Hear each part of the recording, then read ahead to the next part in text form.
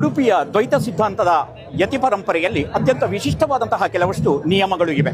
ಅಂತಹ ನಿಯಮದಲ್ಲಿ ಸನ್ಯಾಸ ಆಶ್ರಮವನ್ನು ಸ್ವೀಕರಿಸಿದಂತಹ ಯತಿಗಳು ತಾಯಿಗೆ ಮಾತ್ರ ನಮಸ್ಕರಿಸುವಂತಹ ಪದ್ಧತಿ ಅನೂಚಾನವಾಗಿ ಮುಂದುವರೆದುಕೊಂಡು ಬಂದಿದೆ.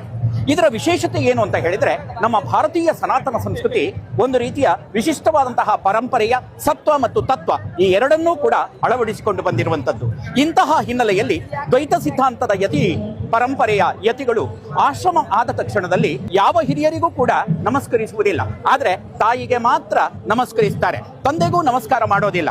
ಅದು ಮಾತೃದೇವೋ ಭವ ಸಂಸ್ಕೃತಿಯ ಆಳ, ಅದರ ಅಂತಃಸತ್ವ, ಅದರ ನಿಜವಾದಂತಹ ಅರ್ಥ ನಿಜಕ್ಕೂ ಕೂಡ ಅದ್ಭುತವಾದದ್ದು, ಅಪೂರ್ವವಾದದ್ದು. ಪರಮಪೂಜ್ಯ ಯತಿಗಳು ಸನ್ಯಾಸ ಆಶ್ರಮದ ಅನಂತರದಲ್ಲಿ ಇಂತಹ ಈ ತಾಯಿಗೆ ನಮಸ್ಕರಿಸುವಂತಹ ಪದ್ಧತಿ ವಿಶಿಷ್ಟವಾದಂತಹ ಕೆಲವಷ್ಟು ಅಂಶಗಳಲ್ಲಿ, ಯಾಕಂದ್ರೆ ಒಂದು ಪುರಪ್ರವೇಶ ಇರಬಹುದು ಅಥವಾ ಅಷ್ಟಮಠದ ಕೆಲವಷ್ಟು ವಿಶಿಷ್ಟವಾದಂತಹ ಉತ್ಸವಾದಿಗಳಲ್ಲಿ ಇರಬಹುದು. ಇಂತಹ ಸಂದರ್ಭದಲ್ಲಿ ತಾಯಿಯ ದರ್ಶನ ಎದುರುಗಡೆ ಆದರೆ ಆ ತಾಯಿಗೆ ಹೋಗಿ ನಮಸ್ಕರಿಸುವಂತಹ ಪದ್ಧತಿ ಅನೂಚಾನವಾಗಿ ಮುಂದುವರೆದುಕೊಂಡು ಬಂದಿದೆ. ತಂದೆಗಿಂತಲೂ ತಾಯಿಯ ಒಪ್ಪಿಗೆ ಇದ್ದರೆ ಮಾತ್ರ ಸನ್ಯಾಸ ಆಶ್ರಮವನ್ನು ಸ್ವೀಕರಿಸಿ